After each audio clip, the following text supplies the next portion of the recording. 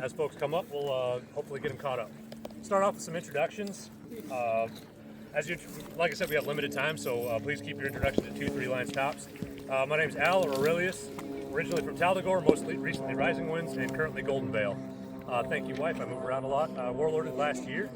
My primary is 2-sword and pull-on. I'm Ren, also known as Farix. I live in St. Louis, Missouri. Got my Warlord in like 2021, 2022. Yeah, that's about it. I'm Heron. I'm from Washington State. I became a Warlord in 2024. Hell yeah. I'm Ephraim. I fight out of West March.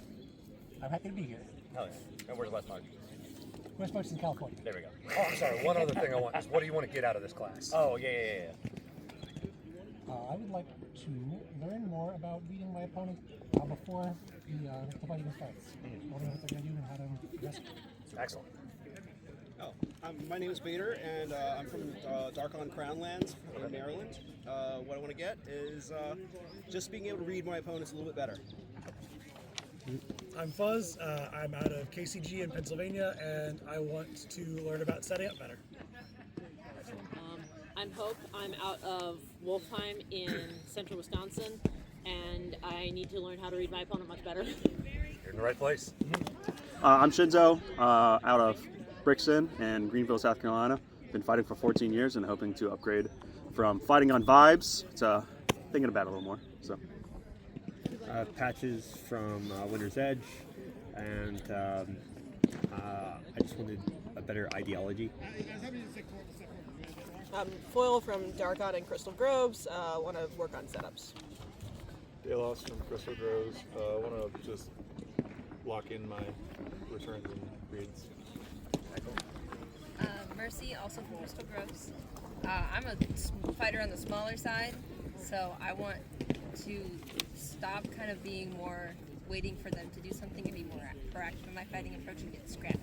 That's excellent. I'm TV, out from Louisville, Lamp Guard mostly, actually completely. I'm here to learn how to teach something like this, so. Outstanding. Fig, also out of the Rising Winds, out of Louisville. Just in general, hoping to improve my opponent. Ruff out of Crystal Groves, Delaware, and I keep succumbing to fakes and such, so I want to be able to read them better so I stop dying. Outstanding. Hi, Dagaz from New Jersey. Mostly play Bell, but looking to get out those better understanding of return setups. Hi, I'm Cecil from Tennessee. Recently moved to DC area. I'm in a very similar position to Shinzo, is that I fight a lot on vibes, and I want to force myself to think more because that is where my next series of level ups are at. So I think I'm kind of medium at reading shots, and I want to be better than medium at that. Better than mid. Got it. Yeah. My name's Deirdre, originally from Alaska, but I'm in Indiana. I'm here by court order, and I said actually have some better analysis for those I'm looking at myself, but others. My name is Dan. I am from Virginia. I tend to get counter-attacked a lot, and not if I get into a prolonged fight, I almost always lose. So I'm better about that. Yeah, fantastic. That's a big part of this class. All right. Sounds like everyone's in the right place, and we're going to have some value for just about everybody with what we've got prepared. Did anybody not get a handout? We got a couple more yet. Yeah, this will be a pretty yappy class. We're going to try and get you guys up and doing stuff here and there, but we do like the yap here. So. Anybody? Going once, going twice?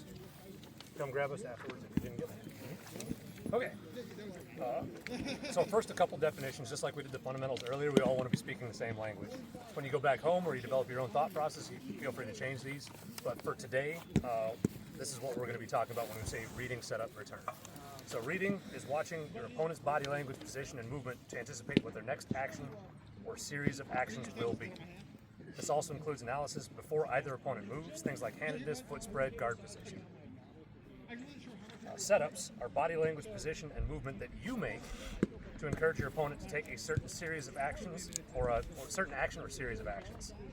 Excuse me, I just got over COVID, so please bear with me. You want me to start yapping? I'll yap.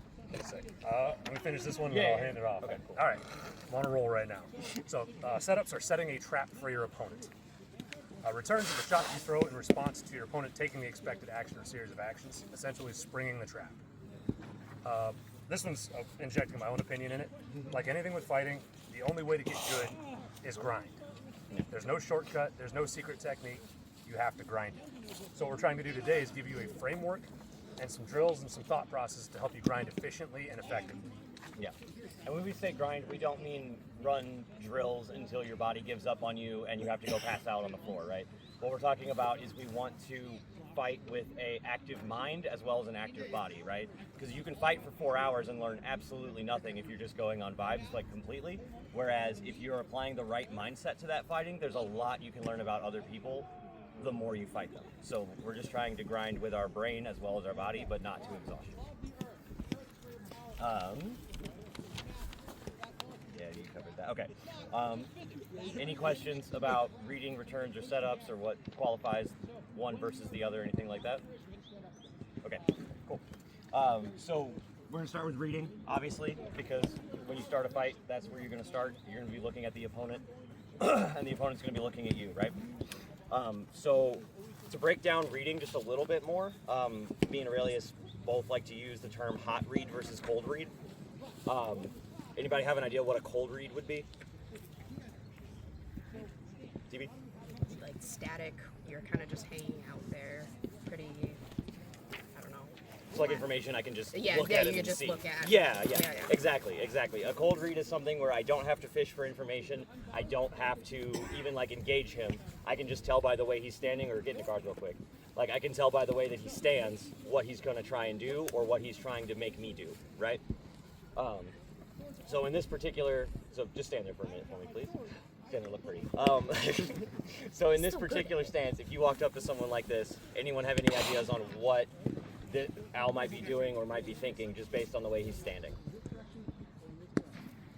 Yeah, in the back. It's keeping you at a distance by pointing his sword out further. Exactly. He wants to play the long game, right? He probably wants to play forearms. Because people who fight like this, extended out, are more than likely trying to get this, or, you know, at least start the game from here, right? Because if his sword was a little more close to his body, he's inviting me in, right? He wants me to come in, and then he's either going to stand up more straight or dive in more low.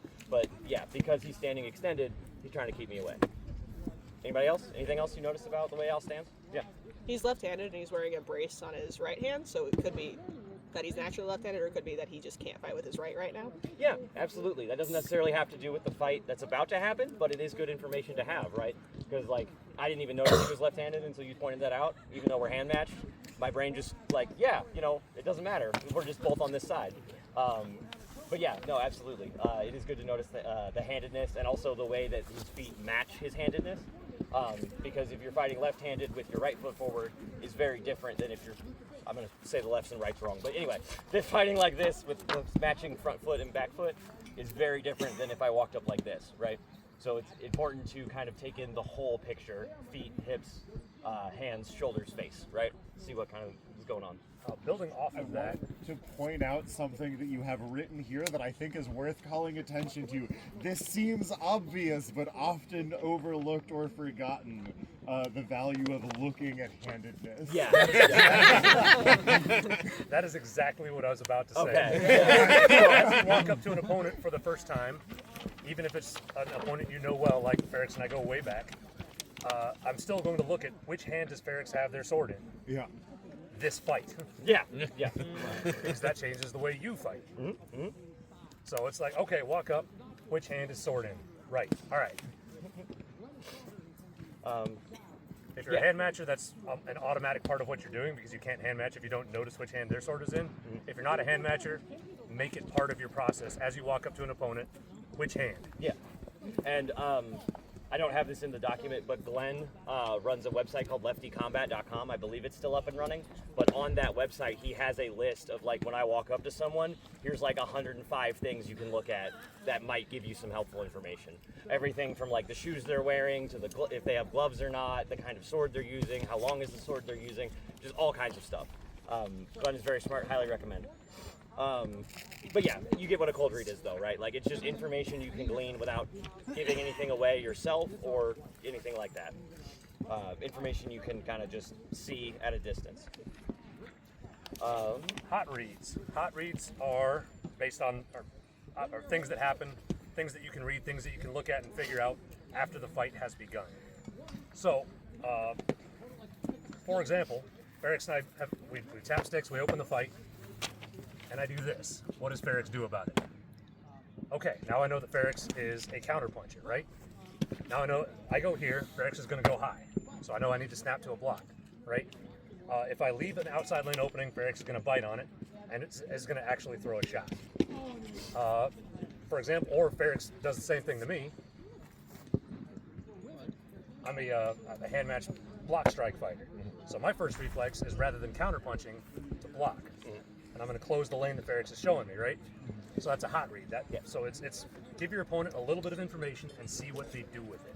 And if you're not someone that throws fakes, a lot of time, especially in Amp Guard, I don't think people in Bell do this quite as often, but we'll walk up and tap the hand and just see what the reaction is. Because, like, you see how Aurelius picks his hand up at the last second just to block, just in case that's not, it's more threatening than it appears.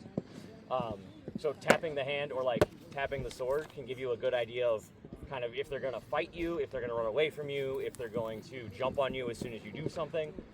It just gives you some information, right? And that's what we're just trying to say with the hot reads. It's information you can get out of your opponent for free, essentially, right? Like, I'm not giving a whole lot away by tapping the hand or by, like, just doing a juke, right? I'm just trying to see what the base reaction is, whether it's fight, flight, flee, or freeze, right? Ways to grind hot reads. My preferred method is to simplify the fight. So I'm a hand matcher. You correctly pointed out I'm currently fighting left-handed. That's because I know Farix real well. I know Farix is a righty. And I know Farix is not a hand matcher, so it's like, all right, if I want to hand match, I'm going to have to start out left. So I intentionally hand match any opponent I'm fighting. What that allows me to do is pull the fight out so that I've got a solid 6-inch step where the fight is guaranteed to be in arm range. Because from here, we're barely in arm range, right? If we're both reaching out, we're both agreeing to fight, we can kind of get arms, right? And with a 6-inch step, now maybe I'm just barely in body range if Farix doesn't move. And vice versa is almost true. I think you might need more like a 7-inch. But yeah, you can just almost get there. So that means I've got 6 inches of screw-up range where I can't die. I can only lose an arm. So that means I can practice reading setups or reading from this range as we're going. Whatever mistake I make doesn't matter. The worst that happens, okay. All right, but you see how hard, but sorry. How hard was that to reach? Right. I had to give so much just to get one arm because he was keeping distance and blocking so well. That was without even moving feet. Yeah. So the more you keep distance, the more you can draw people out, the more you'll find out about them, and the less you're giving away about yourself. It also gives you, again, that practice. It's much easier to block, gives you a lot more time to block. Like, Farix is real fast. So if I'm this close, how much movement do you need to hit me? Almost none, right? So that gives me just like a quarter of a second to get to an effective block. Maybe I get there, maybe I don't, even if I know the shot you're going to throw. From here, it's closer to a half second, which is double the time for me to figure out where Farix is going and where my block needs to be. And most of the time, if I'm taking that step, I'm going to throw a fake because I know that a direct attack is probably not getting through, and he's probably going to try and keep that range as best he can. So it gives you a lot more time to read what's going on, gives you more time to think, more time to process. It also gives you more chances to see, ideally, different shots or different permutations off of the same lead. The other thing I'll do is I'll close the lane entirely. Like Peter was talking about this morning with the neutral guard giving access to both lanes. I'll close one lane entirely and just work on, okay, Farix is going to hit me on the inside now, or fake to the inside. Somehow Farix is going to open to the inside because there is no threat to the outside here, right? Like, can you in any way, shape, or form harm me on the outside lane without taking a monster step? No, not out here without, like, monster step, right? Yeah, yeah. So if I see the monster step, okay, there's a real outside lane step. Now I need to move. If there is no step, if the feet don't move, there's no threat to the outside. I can ignore anything to the outside and just concentrate what is Farix doing on the inside, and just start reading what small motions, what tells, what can I see Farix do that shows me that an inside lane shot is coming. Block check with a pause is the next part of it. Yeah, let's do that. Okay. Folks are starting to glaze. Yeah, no worries. All right. So everybody stand up real quick. Get a single sword. Let's demo it real quick. Yeah, if they get up and have a sword in their hand already, then it's a little easier. So everybody's heard of block strike, I'm sure. If you haven't, just go ask Tato about it sometime. Ask any instructor will tell you. Block strike is not my forte, but I did enough of it to learn how it works. I'm the opposite. Yeah. I'm very block strike based, very block strike heavy education. Yeah, I definitely drank the road Kool-Aid. No, it's cool. Well, Never a won lot the of us maroon, did but I first. drank the Kool-Aid. Anyway. Okay. Anyway.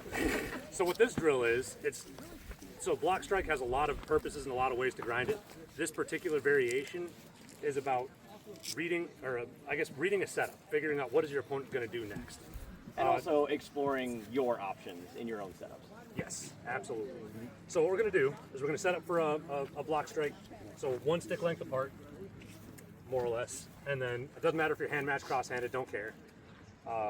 One of us is going to open, the other one's going to block. Get Farix, go ahead and open, and at the moment of the block, we're going to freeze. And what we're going to do is analyze a couple of things. Let me open it up because I added some stuff. Yeah. Because I usually just do this from a lane perspective.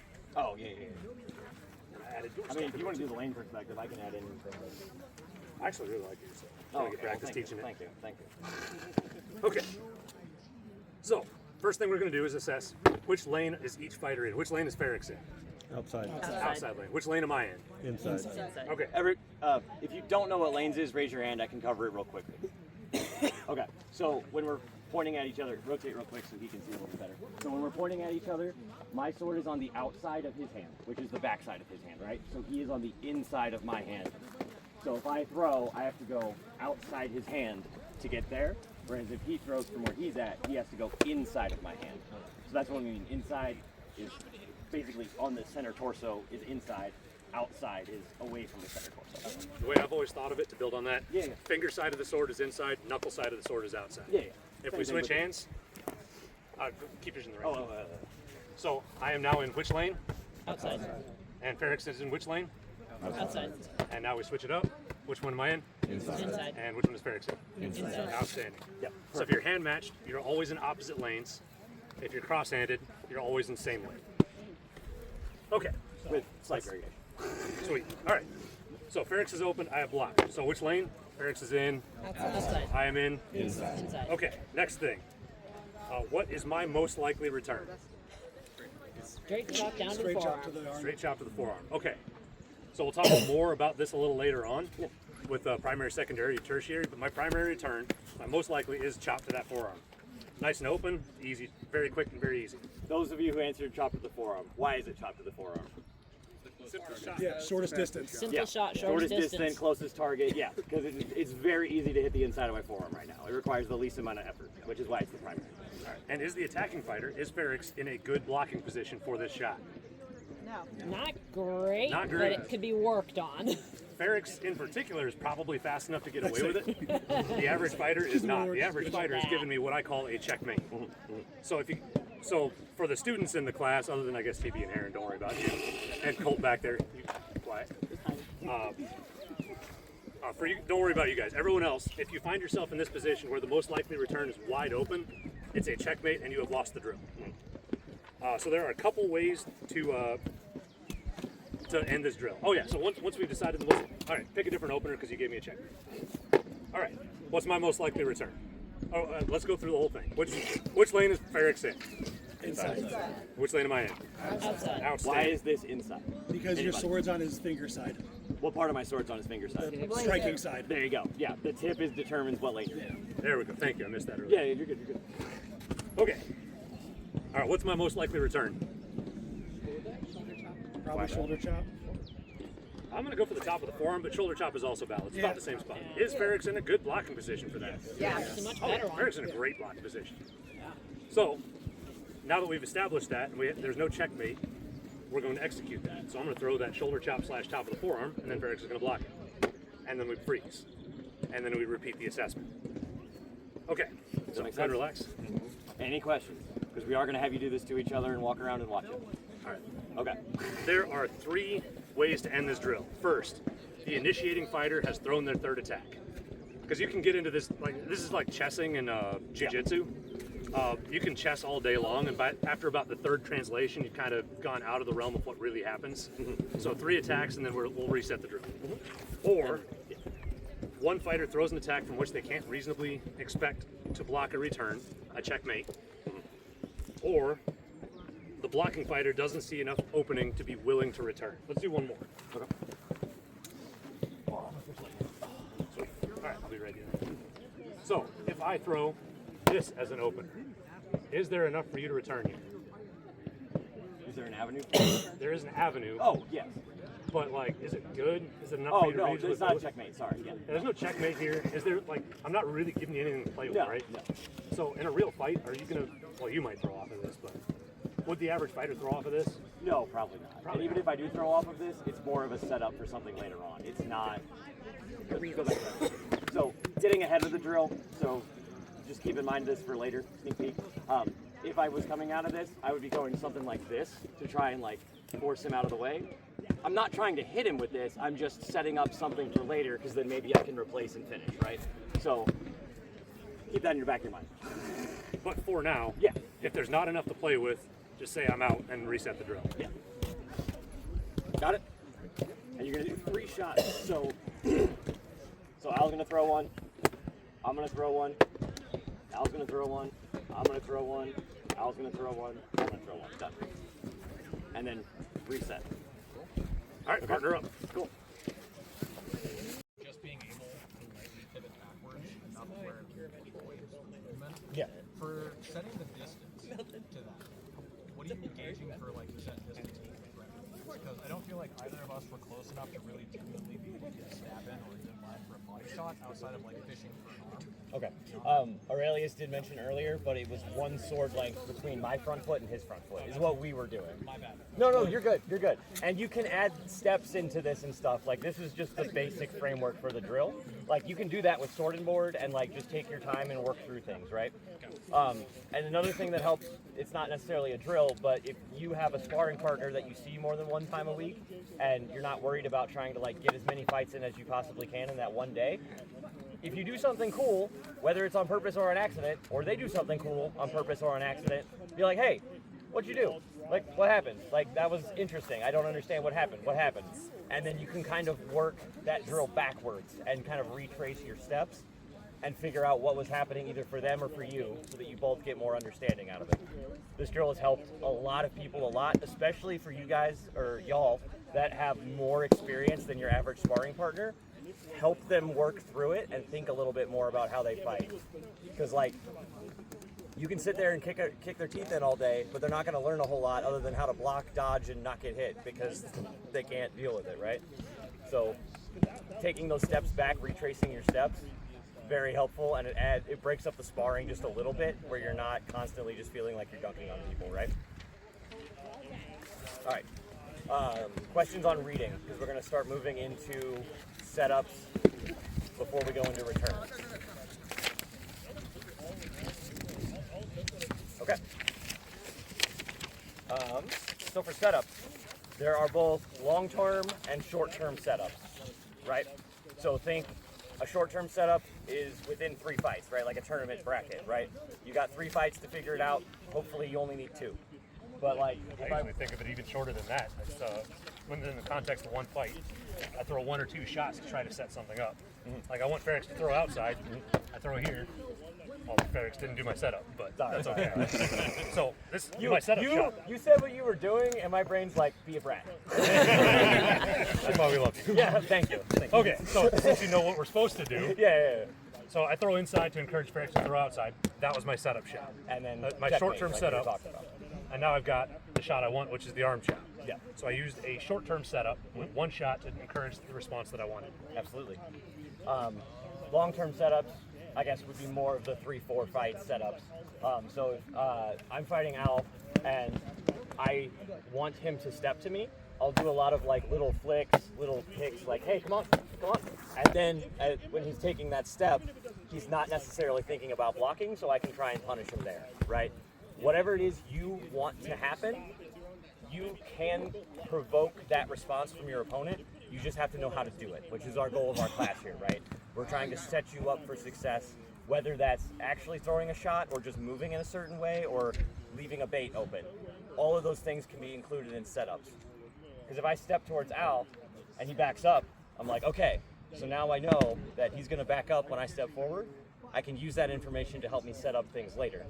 Because if I take a short step and he backs up a big step, now we're really far apart. So if I short step, big step, I could have probably hit him if I had gotten there. Sorry. But I can use my footwork as a setup to land my shot. You can also train your opponent to have certain responses by using certain inputs. For example, if I know I've got 3 fights with Farix, I might do chop, first motion every fight. Second fight, we come in, I chop again. Third fight, Farix is ready for the chop, and I do something else. Best of all, if I show just a little bit of that chop that I just trained Farix to know is coming, and then do something else from that same introductory movement. Yeah. How many of you, raise your hand, struggle with fakes? Like people don't buy your fakes, or you don't know how to fake, or like you don't know where to get started. This all gets started with setups. Because if you are able to reliably land a shot, that fake is going to be much more believable. And then you can go from there into your actual shot, right? Because if I just come up and I do this every time, that's kind of a fake. Like I'm faking, but like I'm not doing anything that threatens him. And because he's also really good at range fighting, he knows that. So it's like, well, this is just kind of wasted effort, right? Like I'm not going to do a whole lot. And then worst case scenario, he knows it's a fake. So as soon as the sword gets out of his way, I'm dead because he's like, oh, okay, so that's a fake and it's not really threatening in any way. I just don't think that would be. But another thing that reading the weapon geometry, like for example, someone has a flat blade or stab only, or like if the flat blade is silenced, so we were told earlier, if someone wants to go flat blade, you have to have it where the looks like this one is flat blade. Yeah, exactly. Because if I walk up and someone's holding their flat, like I have a flat handle but not a flat blade, but if they're holding their flat in a position where they're going to throw this, obviously this is more, so if they're holding their flat, like with the flat facing me, they're probably not throwing this as a primary, right? They're probably throwing this, or they're throwing a backhand, or maybe they're trying to like stab across. But you can tell a lot by either the way they hold the sword or the way they're holding a flat blade specifically. I'll actually change my guard depending on how I see somebody holding their flat blade.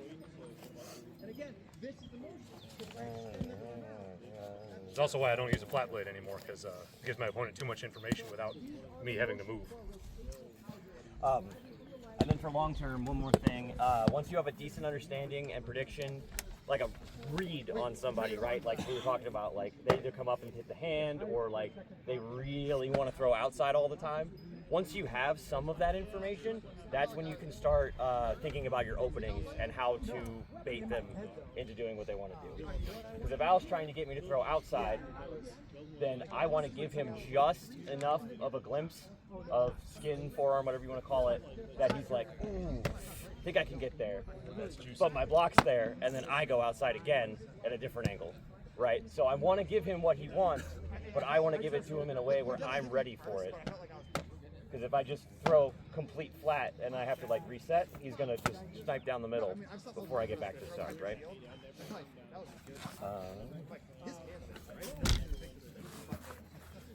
I guess one principle of fakes that you touched on that I like to call out. A good fake must be a real threat. If it is not a real threat, your opponent will ignore it. So you said that, but I feel like it got lost rather than being the main. Like exactly what Farix was saying. Swipe across. There's no threat there. There's no possibility of striking.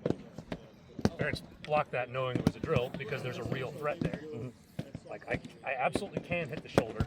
And if Farix doesn't move, I will hit the shoulder. So Farix must move. And honestly, if Farix didn't move, finish it. Just hit your opponent. Yeah. Now A lot more on that in fixed fates and baits later. I was about to say, now I just want to run into a whole feints, fakes, and base class. Okay. Is that with the open exercise now? Is that what you want to do? Or? Let's talk about returns. Returns and then opener? Okay. Yeah, because I think the openers don't really work without the concept of primary, secondary, tertiary. Oh, okay, I got you. Okay, so now looping back, we planted that seed in your brain, the primary return, right? So, in our lexicon, I think this is a Tato thing maybe, or a rogue thing in general. It's kind of in the rogue. But yeah. But it's every position that you find yourself in has a primary, secondary, and tertiary return. Primary being like very easy, very fast, duh. Secondary being like, okay, well, if they're used to me throwing my primary, maybe I throw my secondary to shake things up. Tertiary being like, they will never expect me to throw this, right? Why would anyone throw that? So they're not going to block it, throw the weird thing. The way I think about it is your primary is the safest shot you can throw, secondary is the second safest shot you can throw, and tertiary is throwing caution to the winds and going for it. Yeah. So, can I get Cecil and you want to come up here real quick? So basically, we're going to run block strike with a pause, but I want you all to help me answer what's going to be the primary, tertiary, and secondary return in this exchange. Understood? Hi, neighbor. All right, Cecil, go ahead and throw the first shot. Okay. And basically, we're going to do block strike with a pause. Okay. So, crowd, students, what's the primary return? I'm sorry, what was your name? Avalon. What's Avalon's primary return on Cecil here? Where is the simple, easy, safe shot? I'm going to cheat this just a little bit. You Okay, threw here. there we go. Yeah, that works better for demonstration. Yeah. The I was just thinking that. straight down forearm. Flat wrap the forearm? Okay. Flat the forearm. So then, if the primary response is flat wrap forearm, yeah. So, for the purposes, just leave your hand. Okay. So, yeah. And then, Avalon's hand is still in a very good position because, as you saw, Cecil was going to try and pull back and block. So, even if he does that and throws again, Avalon's hand is still right there in the way, and there's still a block. The match continues, right? Okay, so we're going to go back to position 1, which is what I'm going to call this. Okay, so then what would the secondary return be? The second safest option if we did not want to use the primary? Go under the arm? Back. Outside elbow. I'd change lanes and go to the inside arm.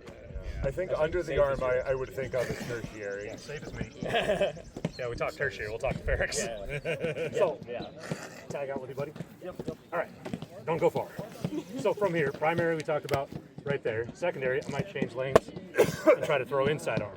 Takes me a little longer to get to, leaves me a little more open. But if you go ahead and block it, Cecil. Okay. Where's my block? Am I in a good blocking position, assuming I don't land it? Yes. It's not as good as I was before. Yeah. But still pretty good. Yeah. Took me a little more effort to get there. Cecil's a counter puncher. Now I'm scrambling to block a little bit, but I'm not screwed. And you can use scrambling to block a little bit to change the dynamic of the fight and put it in your advantage, right? Can I chime in a quick 2 seconds there? Yeah. All right, so one of the things that I think about, just for the sake of visualization, a lot easier to remember this. I'll go back to that first position. Your primary is the easily accessible target here. Your secondary is probably going to be the same target after crossing the plane of the sword. Okay. So That's if you pretty think about common it sense. that Yeah, way, it's a real good way to just kind of I didn't think about it that way either, but that makes a lot of sense. Yeah. That's what I do. I change lanes and hit the other side. This is still the closest target, right? So it's just whether it's the easiest way to hit that or the almost easiest way to hit that, right? That's all we're changing from primary to secondary. What is a tertiary? Because tertiary. We got a question. Tertiary be like attacking the leg of the body? We are about to get to that. So what would a tertiary be from here? There are almost no wrong answers. Straight down under. Wrong answer. I'm just kidding. What were you saying? What were you saying? Okay, Farix. What were you saying? Because we talked about primary, tertiary. Yeah. We could also come down and try to go So for like outside. high cross outside kind of thing? Yeah, like Okay. go for under that. Or arm diving spine. into the hip. Oh, underneath. Oh, Okay, yeah. So coming down. Yes, Yeah, exactly. absolutely. And is that safer than the first two options? No, hell no. There you go. I'm more worried about her getting hit in the head. Or sorry, them. I'm more worried about them getting hit in the head at that point, but still not the safest option. Because if you did that and Cecil did come back to block, missed it, but Or still, panic there's a shot. chance. Yeah, there's a chance that Cecil does catch that block anyway, and then Cecil return. I'll stay here. Yeah. And then Cecil returns very easily to body if he wants, arm absolutely easy, right? Right. So the tertiary, you're giving a lot more, but you're also risking it for the biscuit, right? Like if you land that shot, you're probably going to win because a lot of tertiaries are diving or jumping to try and like change the dynamic of the fight very quickly, and you leave yourself open when that happens. And like diving doesn't mean like diving headfirst into the concrete, right? It just means like dipping in and coming up for like some samurai slash thing, right? Like you just change a lot very quickly. Yeah. I typically don't recommend throwing legs in single sword unless it's for the win, but yes, that would also be a tertiary return, an unexpected out-of-the-box solution that leaves you a little more open. Yeah. I mean, anyway, yeah, that is an option. For sure. One of the shots that I was thinking about from this position, And we had a question. because Oh, sorry.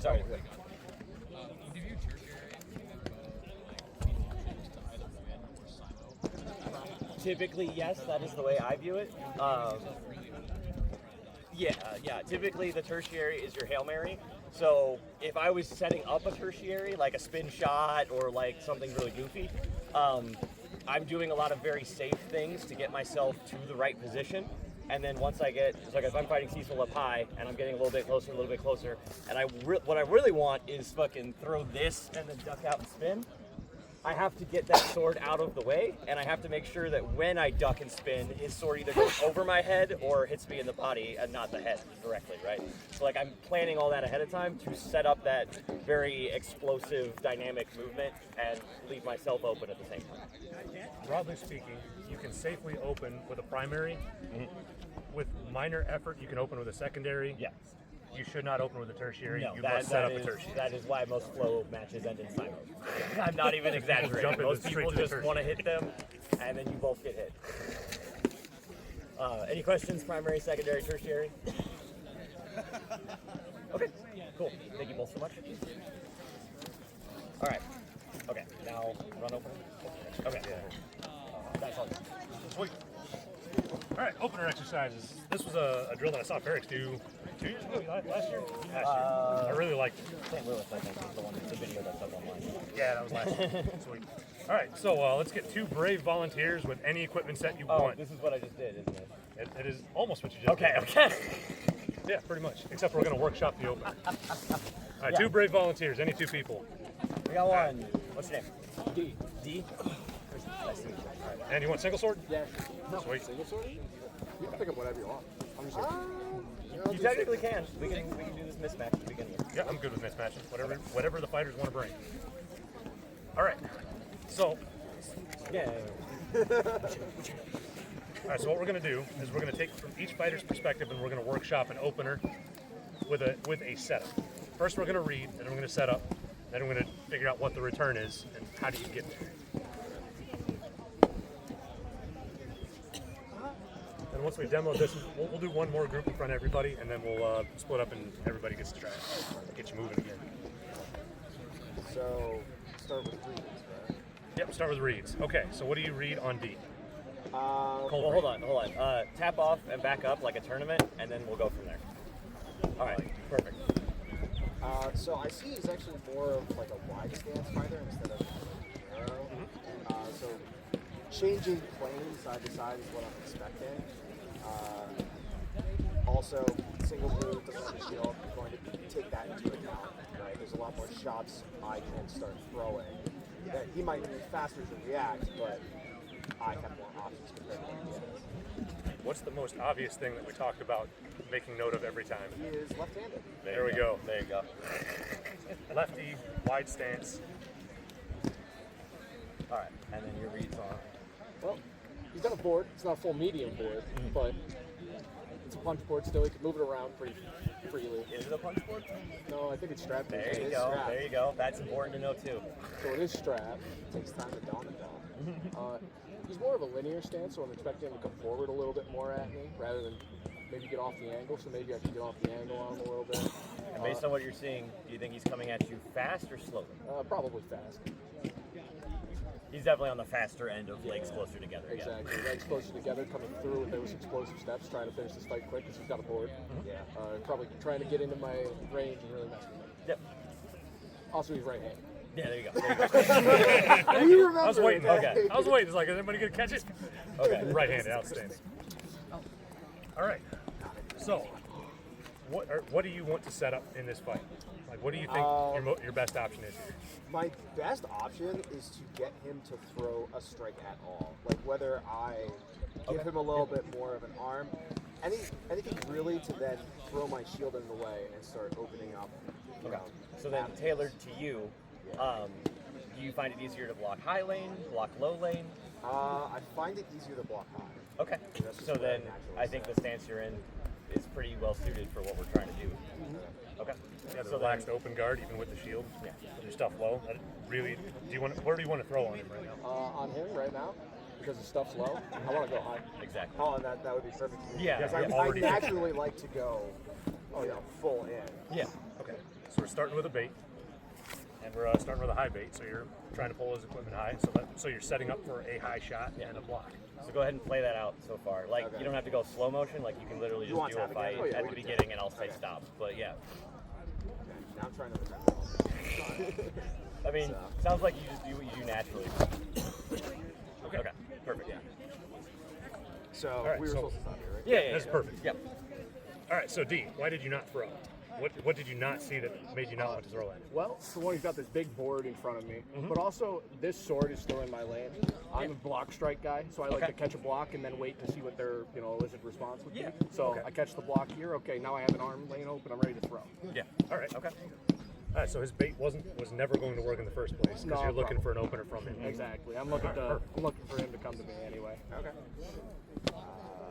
So then from there, D, where's your response going? My response is going right here. Yeah. Straight. I would agree. 100%. So that's your primary. Yeah. And you think the primary is going to work? Probably. I would say there's a good chance of it, yeah. that's really good. Obviously, Even if the it doesn't, shield or even can if come it's over, or the Right. sword can Even go if out of it the way, doesn't, but just snap down onto the shield. Yeah. But assuming that he blocks you, are you likely to die from it? No, my hand's still pretty much on the blade. Like, yeah. You're in a really good spot. And then if he does block that arm because you swing to that arm, where's your next shot going? While he recovers his sword to a he swingable recovers position. to a Yeah. swingable position. I'm probably going to try to back out. Maybe I'll shoot high and step back. Okay. But just to get a little bit more space off the board. Yeah. And I might even snipe a leg if his sword's Yeah. under his Yeah. board. Because if you My- can make him quit or hold still. My tertiary, go back to that position. My tertiary instincts are screaming, swing there, get him to block that, and then when his shield comes over, you're jumping and going up there, right? Yeah, that would be the tertiary. That would be my strategy. If I'm deep, Secondary that I was looking at here. if I'm deep from here, All in Hair Mary. and especially if I can get you to come underneath your shield and block that with your shield, Yeah. I'm taking a leg and leaving. Okay. Because where does that put me? Like, go ahead and bring your guard up. Am I in a good spot to stop whatever he throws back at me? Yeah. Because his sword is trapped between mine and the shield, right? And you know he's not coming after you because there's no leg there. Okay. So then, From the other knowing what we know about these people now, we want to get. Sorry, what was your name again? Dagaz. Dagaz. We want to get Dagaz into a position where D does swing high. So if it's not going to be the D's opener, we need to come up with a plan to get D to swing high 2 to 3 steps later. Right? So go ahead and we'll go back to first position where we were at the beginning. Okay, so now if you know that you're still trying to execute plan A, what are you going to do to try and get him to swing high? Probably give him more space on like my shoulders, so maybe overextend to block this guy. Yeah, so then he follows up there, and then from there, what can you do to try and give him more access to your shoulders to make that bait more juicy? I don't know. Squat. Yep, squat. Yeah. Or take like just a half step forward with your front foot but not your back foot and then squat. Yeah. Just like that. Something where all he has to do is that, right? Like it's still amount of movement, but it's not a ton of movement, right? So it's making that a secondary shot for him rather than a tertiary. That will bait him into throwing, and then you can do your swipe the shield up, counter. You get whatever you want, right? You get what? Yeah. So when we keep the primary, secondary, tertiary in mind, it's a lot easier to try and present baits and do fakes to people because your fakes of your primaries are going to be much more effective, and your baits, if you're baiting a primary or secondary return, if you're baiting a primary return, you better be damn fast at it because if your opponent is also quick, you're going to get got. If you're baiting a secondary return, you have a little more time to react. If you're baiting a tertiary, they might not fall for it, but if they do, you're gonna look really cool just, right? As they fly through the air or dive on you or whatever it is. My whole fight philosophy is to never give my opponent the opportunity to throw a primary at me effectively. I'll only ever give you a secondary or tertiary. Which is known as the brick wall technique. I'm also 40 years old, so I'm not very fast. I'm never going to block a primary. If I give you one, I'd screwed up. Yeah. It's not going to go well for me. Yeah. And all of these concepts apply to a vast array of different fighting styles and things like that. If you have more questions about like fighting style and how to apply these practices outside of, you know, doing slow work and chessing is the term you use? Yeah, chessing it out and like seeing where your particular things are. We do have the building style lecture style class, which will help more troubleshoot your style and like work on expanding your style and kind of branching out from there, or identifying your style if you need that. So, yeah, and then we've got another page here. Oh, sorry, thank you both. Thank you. Time check. I thought we were gonna, I was thinking Nick's ammo maybe, or do this page and then see if we have time for ammo. We got 15 minutes. Oh shit, yeah, let's do that. Okay. Okay.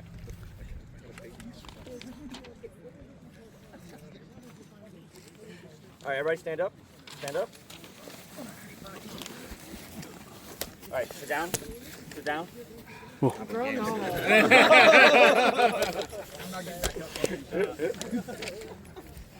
Rat energy in this class. We were PG-13 until that. No, it's the one for the day. It's the one for the day. Okay. Appreciate you. Let's run through ammo. I feel like we've been sitting a while. Let's. Yeah, might as well. We'll do it quick. And then I can just breeze through the last part. I feel like it's important, but not. Yeah. All right, single sword again. Reading setups and returns are valid through any fighting style with any equipment set, any matchup. It's always valid, it always works. I think it's the easiest to learn and the easiest to see what's going on with single. Yeah. Which is why we're doing all these drills and everything with single sword. Okay, so what we're going to do is a drill called ammo. This one, I'm going to be the attacker, Farix is going to be the defender, which means I start with 3 shots. So I throw my 3. Farix is going to do their best to block them. My goal is to use those 3 shots to set up something that ideally hits Farix. If it doesn't, that's okay. Now Farix gets 3 shots to hit me back. And now I get 1 more shot at Farix. And Farix is hopefully going to be able to block that last one. So, the 2 things this is teaching is first off, learning how to do setup shots and setting up through a series. And the last thing is teaching is making sure that even if your setup, or especially if your setup doesn't work, you survive it. Yeah. And this is an at speed drill. So we're not trying to go like we're not chessing here, hyper speed. We're just trying to go at a good speed where both of you are able to keep up, right? And if you're partnered up with somebody who's a whole lot slower than you, fight at their speed. Yeah, but like try and fight work with at your speed. partner. Yeah. But ideally, you would do this with a training partner that's a little more consistent. You guys know each other a little bit more, and then this ammo kind of builds on itself, and you work in different primary, secondary, tertiary based on what you know about each other. But for now, we're just going to run through it real quick, just to make sure everybody has a good understanding, because this is a tool we want to send you home with. And this drill does scale up to open, and you can even do like flow versus board and all kinds of stuff with this. Yeah, so find a partner real quick. We'll just run through a few times. Different partner than last time. Yeah. Momentum in my opponent's equipment, so that ideally a tertiary becomes a primary or a secondary. Okay. Yeah. Or it opens up a primary or secondary. Yeah. I am risk it for the biscuit. Al is safe at home in the block strike shed. I like my box. Don't make me think outside of my box. All right. Any other questions about the drills or anything we've talked about so far before I get onto my final rant? Rant. Hell yeah. A captive audience? You don't say. Excellent. All right. All right.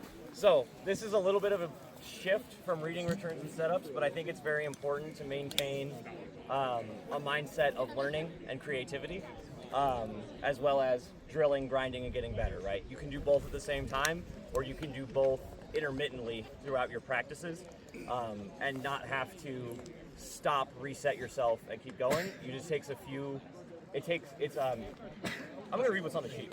There are different types of fighting or sparring, especially when you're just practicing, right? You can be fighting for fun, you can be fighting to win, or you can be fighting to learn something, right? Typically, you can do 2 at a time, but 1 is the primary, right? You're either fighting to win because you want to either put that person in a hole or you just want to feel good about yourself. You're fighting for fun. Fighting is fun. That's why we do it, right? Like, if you're not having fun, go find something else to do. Come back when it is more fun, right? Like, if you're not having fun, you're doing this game wrong. And then last is fighting to learn, right? Just doing things that might not be optimal, doing things that are weird, trying out new things, new swords, new shields, whatever it is. Fighting to explore something, to learn something, right? And that's why you're all here, I assume, right? You want to learn something, you want to get better at what you're doing, you want to explore new avenues of combat, right? So when you understand these modes and like that, these are like the 3 driving factors behind people wanting to fight, it's a lot easier to get people to want to fight you, right? Because if you're fighting to win, and the other person and one other person in your fight, and only one person in your fighter practice is fighting for fun, that person that's fighting for fun is probably on a completely different vibe level than everyone who's trying to win, right? Like, it can kind of make them feel singled out, but you won't necessarily know why. It's just because they're using a different standard for like goal measuring, because they just want to have fun, right? So it is very easy to change your mode once you're aware of the fact, and it's very easy to include people who have different motivations for wanting to fight, and the more you can keep those people around, the more you engage with them on their terms, the stronger those bonds become, and the more people you'll have at your park, your fighter practice, your house that, you know, you adopt people to live in your house and fight swords with you, whatever. But the more of them you can keep around, the iron will sharpen the iron, and you'll all get better together, right? Nobody can... I mean, you could pell yourself into being a warlord, maybe. It hasn't been done before, so I'm going to say you can't. Okay, so if me and Al walk up, Al had a shitty day. Al's here to win. He needs to win today. He's coming with a little bit of a growl in his voice, right? But I'm here to have fun. I'm here to be goofy. But Al's not buying it, right? Like, I can, like, and then just stab through the heart, right? Yeah, just right in the, yeah. So, in that, I'm going to meet him halfway, right? He's here to fight. He wants to take it seriously. I'm here to fight. I can take it seriously. It might not be what I want to do, but I can. I can reach out to him on that level, right? So, you know, we're here, we're fighting seriously. We get like 4, 5, 7, whatever you want to do, good fights where we're doing seriously. And then I will change the momentum from serious to fun, right? Very easily. Usually it's something like here, and then I'll do some weird like jujitsu kaisen shit and then throw in like there, right? Like, everyone wants to be an anime character. You just have to try really hard to be one. But if I do that silly thing and he gets the win, he gets to win and I get to have fun, and we're both getting what we want, right? You don't have to win to have fun. You can give them what they want and also get what you want out of it, and that prolongs the practice, keeps everybody on the same vibe check level, right? And then fighting to learn. Fighting to learn is very easy to do by yourself, so you can kind of, not self-isolate, but you can get learning out of almost any experience, right? So if me and Al are fighting, and I know that Al really wants to maintain distance, I'm like, okay, what happens if I push Al? What happens if I just keep walking and he doesn't get the space he wants, right? That's learning. We're going to find out how long until Al punches me in the face to keep me from walking outside. No, but seriously, like, you can push people's buttons in new ways to get new reactions, right? And the same thing with yourself. If you go, okay, I'm right-handed, but I'm going to fight lefty all practice, and then do 10 fights with my right hand at the end, you can kind of see the different patterns in your left hand versus your right hand, right? There are a lot of drills and internal things. One of the things Delos teaches a lot is I have to throw X shots before I win the fight. So like if we're fighting and I go, okay, I have to do 5. So I have to throw 5 shots before I'm allowed to win, right? So I get my 1, and then Al returns, and I got 2, Al returns, 3, Al returns, 4, Al returns, 5. Okay, now I'm allowed to win, but maybe Al kills me before that. But okay, I drug the fight out. I made it longer, so I'm not just doing my 1-shot insta-kill shot every time, right? And that works really well on people you are at a higher skill level than. And it might be, hey, I have to walk backwards 3 steps, or I have to, you know, sidestep 3 times before I can throw my first shot, or whatever it is, right? You can give yourself those self-imposed goals to help you get to where you want to and stretch yourself outside of the box, right? my favorite of those drills is I must block a shot without moving my hands before I can throw. How's that? So we're fighting, we tap. Yep. My hand is locked in place. Okay. So I can't move my hand. I'm not allowed to move either hand until I've blocked a shot. So even if I, he didn't I have move to his block hand. with my feet. Yeah. So I use my feet to block the first shot. Now I can fight for real. Yeah. And these are just our favorites, ours ones we have on tap, right? Like almost anything can be helpful, but you won't know until you try, right? Blah, blah, blah, blah, blah, fighting to learn. Oh, fighting to learn can also be a group experience. This is something I do a lot in our fighter practices in my driveway. We'll do something, we'll be fighting, and like I'll get some really weird, cool, like, and then we'll go, okay, I'm not even sure what happened because my eyes were closed the whole time, right? Let's rewind and collaborate to figure out what the heck just happened. So maybe we go back to where it ended, and then I go, okay, so I was like here, and then my eyes were closed. So what did you see after we were at this point, right? And that happens a lot more in like board and flow and things that are very fast. Single, like Al was saying, a single is a lot simpler to understand and like see what's going on with both parties, whereas the more stuff you add, the harder it gets to track. But yeah, just take a second after one fight and be like, hey, what the heck was that? Can you walk it back with me? I want to see what happened, right? Very similar to the block strike with a pause, but you're just doing a normal sparring session, and then you're taking 2 minutes to be like, hey buddy, like, I think that was really cool. I would like to try that again. Can we work through that real quick? Whether that was a spin or like they blocked your shot weird and you got like some weird stab in here on accident, like, that's fine. Figure out how to do it. It doesn't matter if it was an accident the first time. It can be on purpose the next time.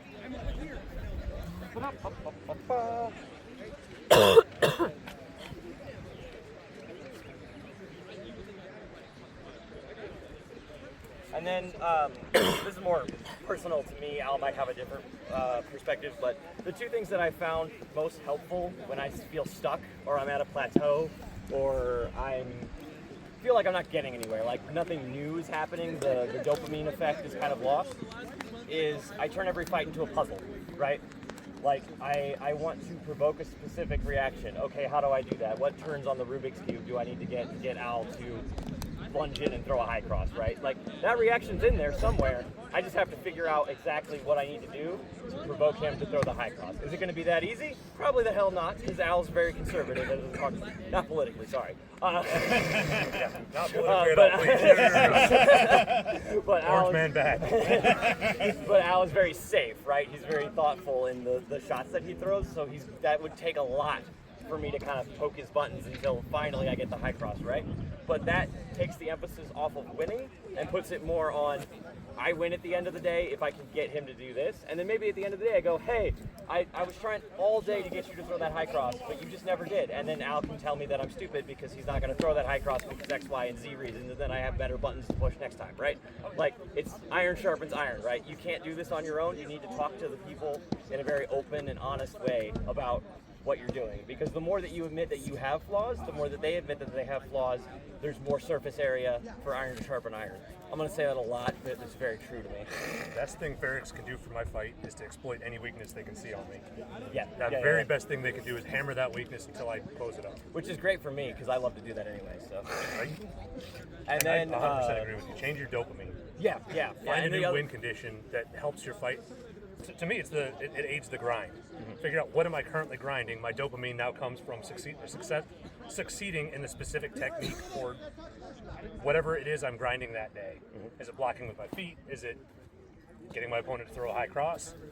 I do exactly that. We're in complete agreement on that. Hell yeah.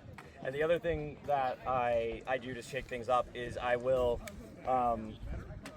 use a new weapon set or use an existing weapon set solely. So some of you might have this weekend already seen me, like usually when I'm doing serious fighting, to end on a good note, I will square up like this, the last one, and 4 out of 5, whatever it is, right? You're just squaring up funnily, and like I have a system for this because my reaction is as soon as I move, they're probably gonna move, right? Because that's how samurais do it. So I'll do this. And then as soon as they go to swing, I'll back up and throw that, right? Like, do I need that information? Probably not. Is it fun and repeatable? Yes, absolutely. And if I ever do end up in a situation where my hand's stuck down here, I know that I have this ready to go, right? I have that muscle memory. So like it's fun to play around, right? The game is fun. Please remember the game is fun. If you get anything out of this class, remember that it's fun. And reading returns and setups, I guess. Any questions about any of that, or examples that we can provide of anything, or anything like that? Do you have a favorite challenge you like to impose on yourself? I like stabs. I really like stabs. Especially with sword and board, people are usually pretty good at blocking stabs. So if I see someone that I haven't stabbed yet that day, I'll be like, all right, I want to know how to stab them better. So I will usually try and get that stab in there. Stabs is shout stab every time I go for a stab. Oh, hell yeah, hell yeah. But yeah, I think stabbing is probably my favorite part of the game, so that's usually, it's stab centric. Yeah. And then try and provoke him into throwing. And then once he throws, I can throw my shot, right? You don't have to throw a shot to be an opener. You just have to change the dynamic and force them into doing something. Same thing, like if I want to start a fight, I can do like this and get like real low, because I'm more or less locked in position here. And if he sees that as like a juicy steak, right, he's gonna come in and try and do something and do there. Is that always the best opener? Definitely not. But it is another way to try and provoke them to coming at you, especially if they're more of a block strike like counter fighter that wants to back up all the time. You have to season that steak. You have to make them want it, right?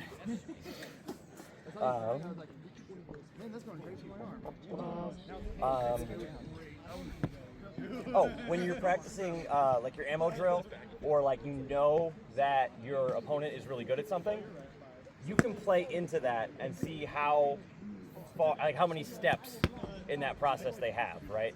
So like one of my favorite things to do is if I know someone is not aggressive and like will not swing at me, I will literally just walk at them and see how long it takes, like how close we have to be before they go, oh, I'm in danger, and then swing, right? Like, push their buttons a little bit, challenge them, right? Like get in their space, make them a little uncomfortable, and help push their boundaries if they're too set in their ways, right?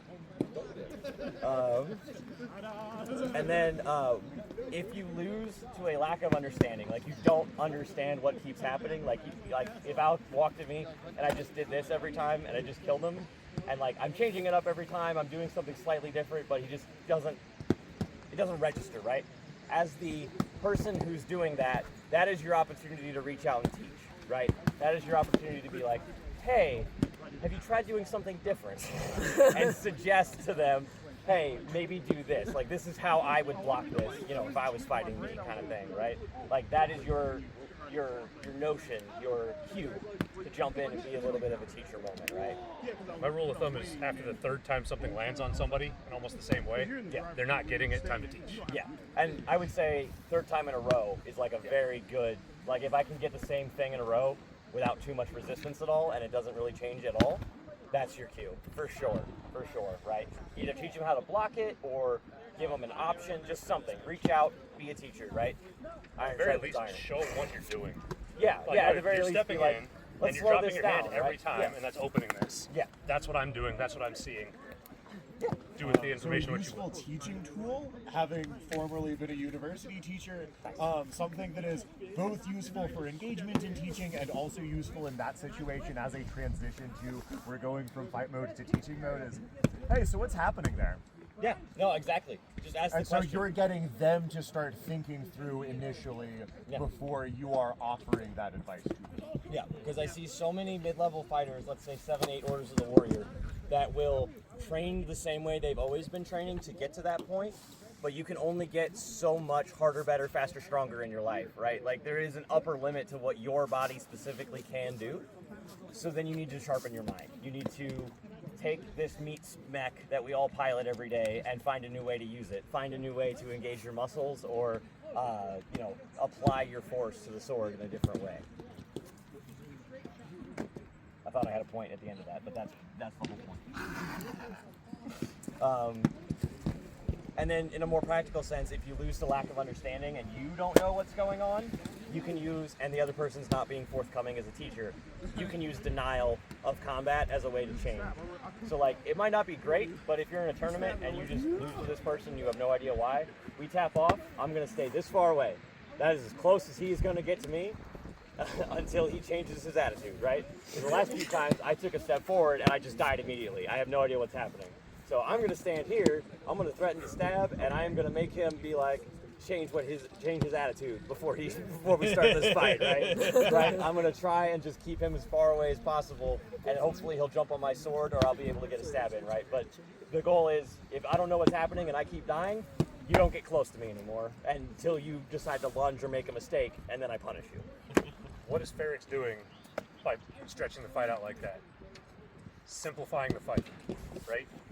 Giving herself more time to figure out, what am I doing? So it takes me a lot longer to get to that shoulder from here than from here.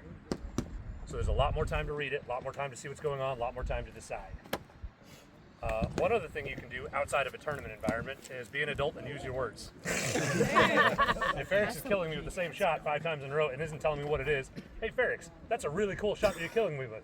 Can you please tell me how you're setting it up? I would love to tell you. I love teaching people this shot because then they use it on other people, and then it broadens the culture, and they point back to me, and I get credit for it. So I would love to teach you what that shot is. Sometimes they just won't teach you, and well, now you learn something about them. Yeah, you learn something about them. They're stingy.